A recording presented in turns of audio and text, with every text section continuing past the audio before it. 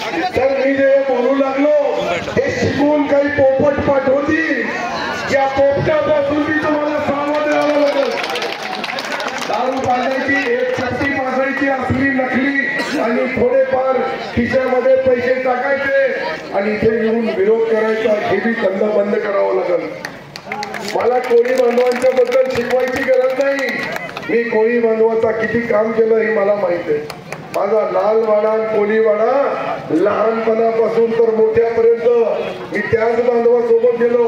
हे आमचे विठ्ठलराव आहे, विठ्ठल महाराज, हे कोळी समाजाचा आहे. पागाळ्यापासून तर किती लोक बसलेले, सर्व कोळी समाज इथं आहे.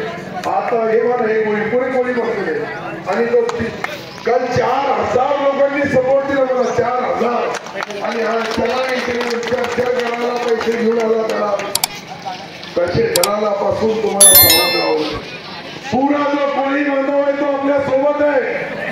मी तुम्हाला सांगतो आमच्या तालुक्यामध्ये मी बऱ्यापैकी एक माणसाला ओळखतो, परंतु कोणातरी टिकवून येणार, लोकांमध्ये संभ्रम निर्माण करणार, हे कधी मी केलं तर तो समाधी घेऊ शकत नाही.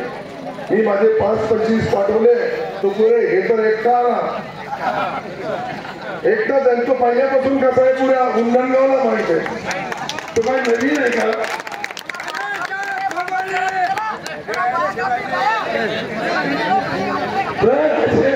असे लोक येतात जातात होतात. आपण सर्वांना विनंती, माझा वेळ संपला होता. शेवटी त्याला पाठवलं इकडं.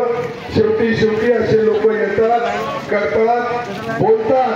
आपल्या सर्वांना हात जोडून नम्र विनंती, 1 नंबरचा धनुष्यबाण दाखवा. जय हिंद.